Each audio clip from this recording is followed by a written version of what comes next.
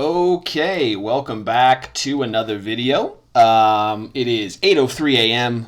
on the 8th of October, Thursday, West Coast U.S. time, and I'm caffeinated and I'm ready to go. In pretty interesting news, having a lot to do with what I've been talking about lately, we have yet another company buying up a large amount of Bitcoin. I remember talking to you guys about MicroStrategy the last couple of weeks where I think the CEO of MicroStrategy basically said, I've gone completely 180 degrees on Bitcoin in my opinion of it, and we've bought about $300 million worth of it, and our company is holding a crap ton of Bitcoin now because we don't want to keep our assets in cash as cash is slipping away in terms of value. And I've talked about Jack Dorsey and how I basically don't like him, but he and I do agree on the bullishness and potential of Bitcoin. And I've been telling you guys that Jack has been known to buy up as much as he can every week as he's allowed to do on the exchanges. But here we go. We have yet another tech company buying $50 million worth of Bitcoin. Square, the payments company helmed by Twitter CEO Jack Dorsey, announced Thursday it has purchased 4,709 Bitcoins, a $50 million investment, representing 1% of the firm's total assets. Now, just so you know, in case you're wondering, why doesn't the price of Bitcoin skyrocket when something like this happens? It's because they do an over-the-counter trade. These trades don't happen on exchanges; they happen behind the scenes, so that the prices don't get reflected immediately on the exchanges, but eventually will as the supply of Bitcoin dwindles further and further and further, because 4,709 Bitcoins are now off the market. Let's read these bullet points. Square believes that cryptocurrency is an instrument of economic empowerment and provides a way for the world to participate in a global monetary system which aligns with the company's purpose. We believe that Bitcoin has the potential to be a more ubiquitous currency in the future, said Square CFO Amrita Ahuja. For a company that is building products based on a more inclusive future, this investment is a step on that journey. Characterized by Square as a mission-driven investment, Square's $50 million buy comes amid Dorsey's very public spat over corporate responsibility with another crypto-friendly CEO, Coinbase's Brian Armstrong. So I guess possibly they were, of course. So Jack Dorsey called out Brian Armstrong, said, dude, we have to become communist leftists. What's wrong with you? And Brian Armstrong is like, nope. Not my thing. I don't want it in my company. You can have that corporate cancer if you want it. So I guess Dorsey has criticized him for that. And as you know, I don't like Dorsey, but we do agree on this crypto thing, and that's about all we agree on. Dorsey chided Armstrong last week for discouraging his employees from engaging in activism in the workplace. Why? Why would you engage in activism in the workplace? Where in a job description does it say, I need you to be presenting PowerPoints, making sure you hit your numbers every month. Oh, and by the way, I need you to riot and also be a religious zealot within our Slack channel and email. What? Armstrong's in the right for sure. He's ahead of his time here. Bitcoin, aka crypto, is direct activism against an unverifiable and exclusionary financial system which negatively affects so much of our society, Dorsey tweeted in response to Armstrong's blog. Okay. Doesn't mean you need to be an activist at work. I agree, and I do like that Bitcoin, can bypass the banks, and that's why they hate it. Square is also now the second technology firm to go long on Bitcoin in recent months after MicroStrategy, a business intelligence firm, crowned the crypto as its treasury reserve asset of choice. Remember when I told you that 5 minutes ago? MicroStrategy invested $425 million into Bitcoin according to a series of disclosures that pumped the stock's value and revealed its CEO, Michael Saylor, to be an unexpectedly vocal Bitcoin maximalist. Told you. But Square's Bitcoin investment is far more in line with its corporate identity and business services than was the case for MicroStrategy. Square's Cash App is a critical Bitcoin entry point for many retail investors. It has become a major revenue driver for the publicly traded fintech. I don't use Cash App, but I know people who do. I remember talking to my barber last year. I was in the chair, Bitcoin came up in conversation. I'm like, I buy a little bit of it every month. He's like, so should I buy some right now? I'm like, yeah, dude, if you can. He pulled out his phone and pulled out Cash App and bought $100 worth of Bitcoin right in front of me. Good for you, Daryl. Keep buying it. But yeah, clearly we're seeing a trend, folks.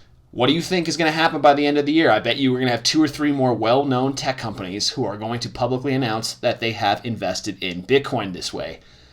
Why wouldn't you? You have the Federal Reserve saying outright, we are going to double inflationary targets the 2% max is now going to become the average, so you can expect 4 to 5% average inflation for the next few years per year, meaning your cash is worth less and less. It buys less stuff as each day goes on. So a deflationary asset like Bitcoin is a good hedge. All right. I also saw this article, and I wanted to read it. Bitcoin fundamentals are now in moon mode. Will market respond only in 2021? Bitcoin's blockchain fundamentals are in moon mode, according to noted on-chain analyst Willy Woo. That could explain why BTC has held strong despite the recent depressing news. Woo says it's time for the Bitcoin market to moon, which could happen in 2021.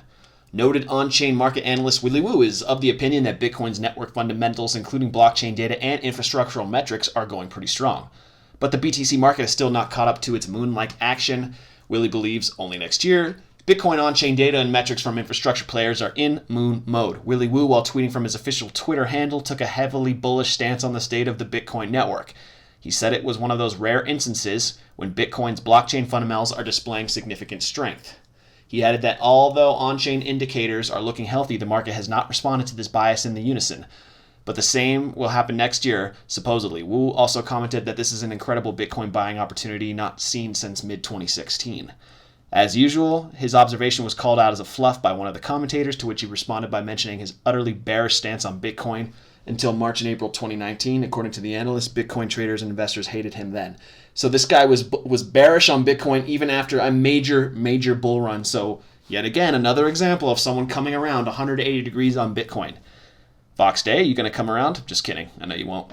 But the recent Bitcoin market action has led him to flip bullish. For example, as Crypto Potato reported last month, the Bitcoin difficulty ribbon that Willy devised for predicting Bitcoin market movements had broken out of the green buy zone for the first time since March in terms of compression. Blockchain analytics firm Glassnode highlighted it in one of their updates and added that the above scenario has always preceded significant Bitcoin price appreciation in the past, BTC holding strong despite a crackdown ban and an arrest. The past few days have been pretty eventful for the cryptocurrency community. The U.S. Department of Justice and CFTC charged Bitcoin derivatives exchange BitMEX's founding team for violating the Federal Bank Secrecy Act and conspiring to violate that law. The UK's Financial Conduct Authority has banned cryptocurrency derivatives trading for retail customers from the beginning of the next year, and authorities arrested antivirus mogul and crypto commentator John McAfee in Spain for tax evasion. That did happen. We talked about it. Despite the above stream of negative news, Bitcoin has held strong and refused to budge below the all-important psychological price barrier of 10,000. Stock-to-flow model propounder Plan B2 pointed it out in his latest tweet. It could be because of the moon mode performance of Bitcoin's fundamental indicators that Bitcoin price hasn't buckled under the pressure of the above news. But will Willy's woke call for Bitcoin hold true in 2021? That remains to be seen. Look, here's the deal. A lot of us have seen the patterns showing themselves. I mean, right before 2017's bull run, we had a halving, right? We just had a halving. Literally a year after that halving, we saw a major bull run. It's looking like that's going to happen again, on top of the fact that we've got news this year about fiat currencies doing terribly because of the COOF. So, all in all, I'm still incredibly bullish. I'm still buying Bitcoin every month. And I'd advise you do. The beauty about crypto, as you probably already know, is you can buy $1 worth if that's all you have. So you don't need a lot of money to get in. You don't really need anything less than $10, really, or more. I mean, I think you can get in at just about any denomination. So yeah. And in more bullish crypto news, billionaire investor Chamath Palihapitiya doubles down on Bitcoin in CNBC interview. If you don't know about CNBC, it's NBC's financially focused channel. They generally don't dabble in politics a little. I guess they do because it affects finances, but it's a finance channel. I'm just going to say CP has become one of the most prominent investors of the past few years due to his use of special purpose acquisition companies. He made headlines when he brought Richard Branson's Virgin Galactic public through a SPAC. While a pioneer in venture investing, he's also big on Bitcoin. He, alongside a few partners, were rumored to have owned 5% of all the BTC in circulation in 2012, meaning they likely held somewhere around 300,000 coins. No comments have been made about what happened to those coins, and it's unclear if that Bitcoin is part of his personal holdings or that of his massive venture fund Social Capital. Whatever the case, Polyhipatia recently doubled down on the cryptocurrency in an interview with CNBC. In a wide-ranging interview, the social capital investor took some time to put in a good word for Bitcoin. Chamash thinks Bitcoin is an insurance policy. CP thinks Bitcoin is an insurance policy against central banks and governments acting irresponsibly, echoing the sentiment shared by many hardcore investors in the crypto space. Echoing my sentiment. What have I been saying on every video? Quote, I think of Bitcoin as the insurance policy I use to sleep soundly at night, just in case the central banks and governments of the world step on a landmine. Heck yeah, man. Speaking on CNBC's Squawk Box segment, the investor, one of the Mark Zuckerberg's earliest hires, noted that the cryptocurrency isn't something you trade. He instead said that BTC is an asset that is underpinned by a set of beliefs and fundamentals that is literally the inverse of how the financial infrastructure of this world operates. He has explained many times over recent months that Bitcoin makes sense now more than ever before. Peace once said to Anthony Pompliano, also formerly of Facebook and now a dedicated Bitcoin investor, that the cryptocurrency could reach the price of millions of dollars due to macro trends. He shared the opinion that the economy is hurtling to the point where it may see extreme deflation or inflation, which will boost BTC's value proposition. What have I been saying? If you are actually one of the people who follows these videos every day, do I not mention that possibility every video? Things are hurtling out of control, folks. And that's he's literally right on the fence, just like I am. We may see extreme deflation or inflation. While P is big on the Bitcoin beats, he seemingly hasn't been following decentralized finance just yet, because it's a scam. For the most part, the new stuff, all that new crap that's coming out this year, like with the DeFi buzzword, is crap. As reported by CryptoSlate previously, when blockchain journalist Laura Shin asked the investor if watching what is going on in DeFi, the reply was, I don't even know what that is, a shrug which has since been turned into a meme by the Ethereum and crypto community accompanies his answer. Interesting, I didn't know that meme. But I mean, like, let's look at prices. Nice big bounce back from yesterday's red, right? But let's take a look at the actual lines here. Everything's kind of bouncing back up. But I bet you're going to see Yearn Finance has taken a hit, which is that stuff that I was telling you guys about not to invest in. VeChain did not dip below a penny, which was sad. I wanted it to. I was going to buy some more. Wow, I don't even see Yearn yet. There it is. It's up 8%. It's trading at 16,000, but look, it really just only started upticking recently. Before that, we were going down. But folks, I really don't recommend this. We knew this was going to happen. Like, I want to actually look at this a week ago. How do I do that? Where's the prices of this? Charts. Yeah, look at that. $39,000. Somebody bought one or more of these at that price, and now it's worth less than half of that.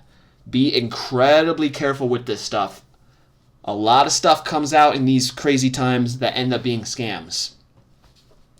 I for sure bought things that were exciting in 2017 that have gone absolutely nowhere. REQ Rec coin comes to mind. I took a hit on that. Salt, as we talked about a few days ago, I took a hit on that. You know where I'm really still doing pretty okay is, not even XRP, but it's Ethereum and Bitcoin, to be honest. These two. These are the ones that I really like. Let's talk about stocks real quick. I don't do it on screen. There's too many stocks in existence to like get a good map on screen. I do it off screen. You don't see it. I pull out my portfolio here. I am up 0.46% in what I'm owning. The S&P 500 is up 0.77% today. The NASDAQ is up 1.03%, and the Dow Jones is up 0.45%. Very good. NVIDIA is not doing great, but everything else I own is doing okay. So let's get out of that. Let's go talk about precious metals. Interesting. Everything's in the green again. Kind of trading a little bit where it was yesterday. I think gold has gone up pretty significantly since yesterday. Silver has a little bit too. Yeah. Figure out how to get your hands on some physical gold and silver, as I always say. Let's read some news here. Gold price holding on to 1900, sort of, as U.S. weekly jobless claims rise more than expected. The gold market is holding on to support above 1,900 an ounce, but sees little reaction as more workers than expected file for unemployment benefits. Thursday, the Labor Department said that 840 million. What? Okay. Take the word million out because there's not that many Americans. So Thursday, the Labor Department must have said that 840,000 Americans filed for first-time U.S. jobless claims in the week to Saturday. The rise comes as economists were looking for a small decline, with a consensus forecast for 820,000 claims. The previous week's unemployment data was revised up by 12,000 claims to 849,000. The latest weaker-than-expected employment data is not providing much momentum for gold prices. December gold futures last traded at $1,905 an ounce, up 0.62% on the day. Yep. Okay. So jobless claims went up a little bit more than people thought, and it's not really affecting gold prices the way they thought. That's going to do it for today's financial update. This really focused on crypto and Bitcoin maximalism for the most part, but can't you see how bullish people are becoming? Really prominent people. I love it. I'm going to keep buying it. And with that, have a good one.